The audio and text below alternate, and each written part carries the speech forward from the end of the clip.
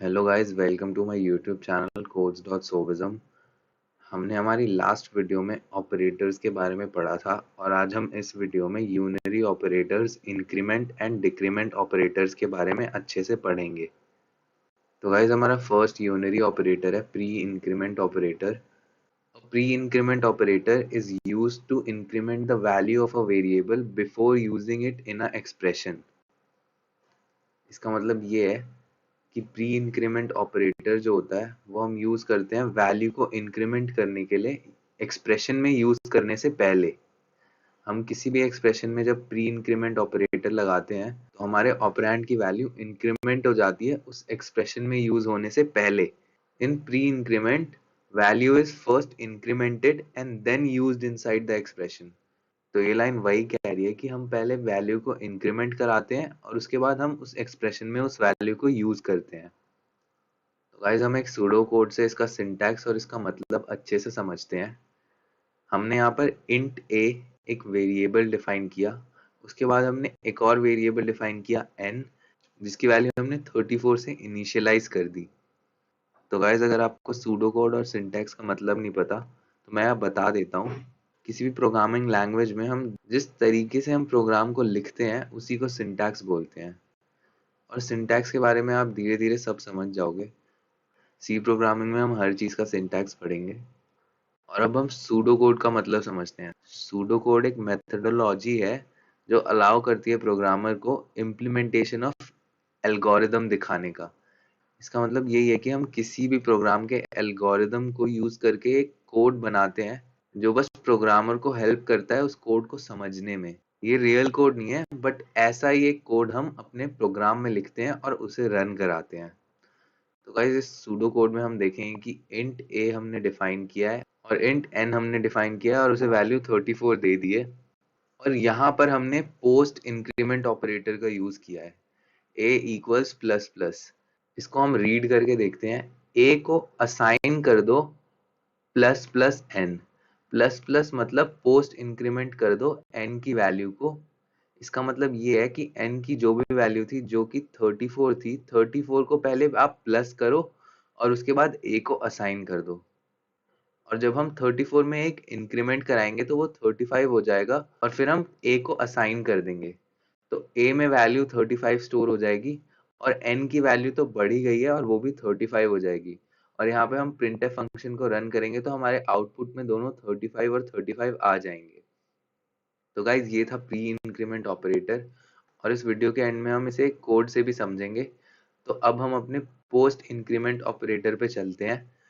Post increment pre increment का उल्टा होता है और इसमें बस हम वैल्यू को बाद में इंक्रीमेंट कराते हैं। Post increment operator is used to increment the value of a variable after executing expression completely in which post increment is used. मतलब यहाँ पर अगर हमने पोस्ट इंक्रीमेंट को यूज करा है, इंक्रीमेंट ऑपरेटर का सिंटैक्स ये होता है गाइज, हम प्लस प्लस लगाते हैं, इसका मतलब हम इंक्रीमेंट ऑपरेटर को यूज कर रहे हैं। और ये सेम कोड है, हमने a को कोई वैल्यू नहीं दी थी और n को 34 वैल्यू दी थी और फिर हमने a में असाइन कर दी n की वैल्यू और उसके बाद हमने उसे पोस्ट इंक्रीमेंट करा दिया। तो हमारी a में वैल्यू 34 स्टोर होगी, बट n की वैल्यू इस एक्सप्रेशन में यूज होने के बाद एक बढ़ जाएगी, मतलब इंक्रीमेंट हो जाएगी और फिर n की वैल्यू 35 हो जाएगी, बट हमने a में 34 स्टोर कर दिया है। तो अब हम printf रन कराएंगे तो a की वैल्यू 34 प्रिंट होगी और b की वैल्यू 35 प्रिंट हो जाएगी। तो गाइज, ये डिफरेंस था पोस्ट और प्री इंक्रीमेंट ऑपरेटर में। प्री इंक्रीमेंट यूज करने पर हम जो ऑपरेंड होता है उसे हम पहले ही इंक्रीमेंट करा देते हैं और उसके बाद उस एक्सप्रेशन में यूज करते हैं। और पोस्ट इंक्रीमेंट ऑपरेटर में हम ऑपरेंड को उस एक्सप्रेशन में यूज करने के बाद इंक्रीमेंट कराते हैं। तो गाइज, अब हम डिक्रीमेंट ऑपरेटर्स को समझेंगे और डिक्रीमेंट ऑपरेटर्स के लिए हम प्री डिक्रीमेंट और पोस्ट डिक्रीमेंट ऑपरेटर्स को एक ही स्लाइड में समझेंगे और इससे हमारी अंडरस्टैंडिंग और बेटर हो जाएगी। Pre decrement unary operator is used to decrease the value of a variable by 1 before using it in the expression। इसका मतलब ये है कि जो डिक्रीमेंट ऑपरेटर होता है वो पहले डिक्रीमेंट कराता है वैल्यू और उसके बाद उस एक्सप्रेशन में यूज करता है। तो गाइस, यहाँ हम सिंटैक्स देख सकते हैं, a equals minus minus n। और जब हम माइनस माइनस यूज करते हैं उसका मतलब हम डिक्रीमेंट ऑपरेटर को यूज करना चाहते हैं, और जब हमने ऑपरेंड के आगे उस माइनस माइनस को लगाया है तो इसका मतलब वो प्री डिक्रीमेंट ऑपरेटर है।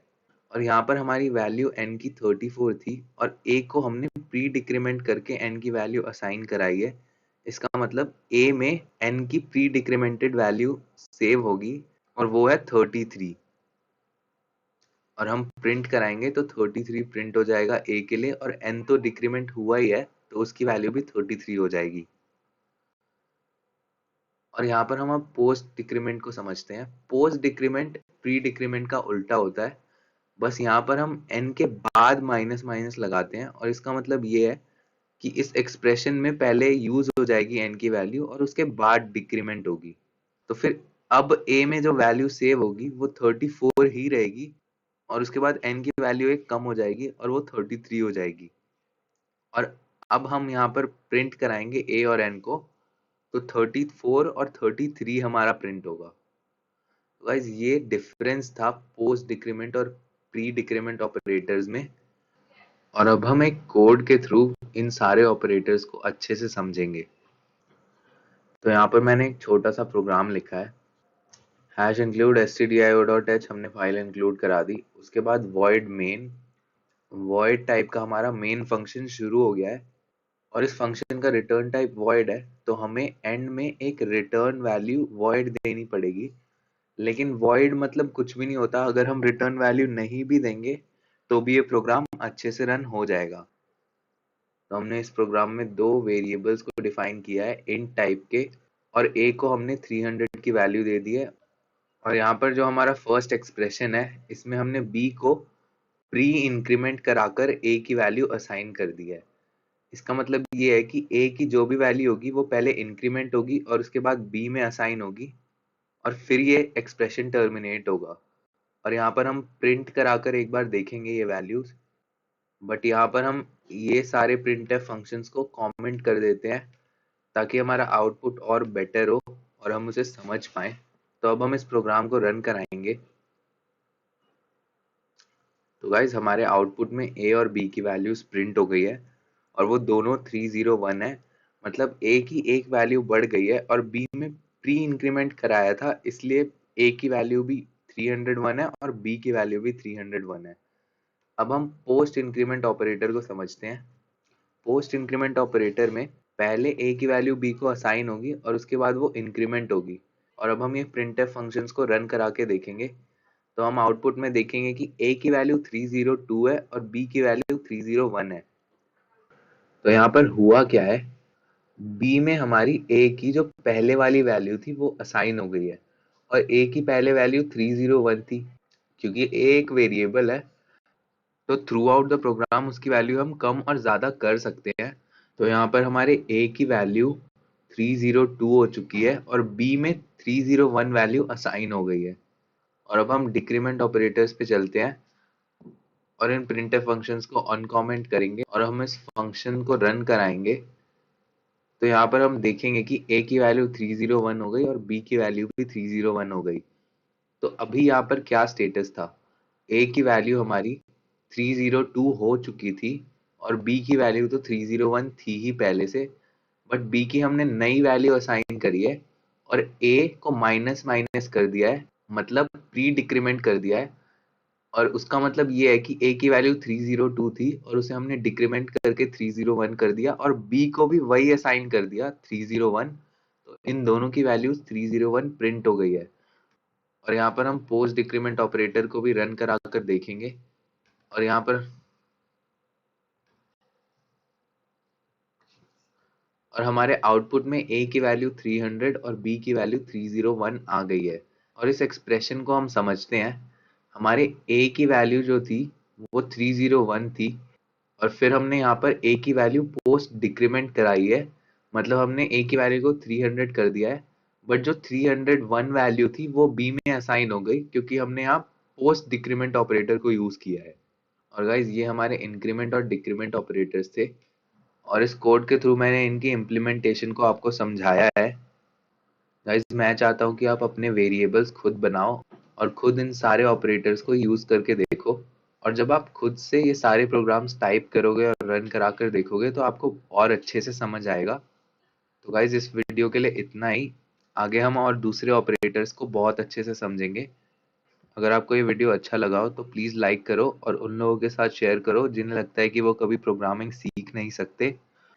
और मेरी सी प्रोग्रामिंग की प्लेलिस्ट को एक्सेस करो और मेरे चैनल को सब्सक्राइब करो। Okay guys, see you in the next video. Thanks for watching.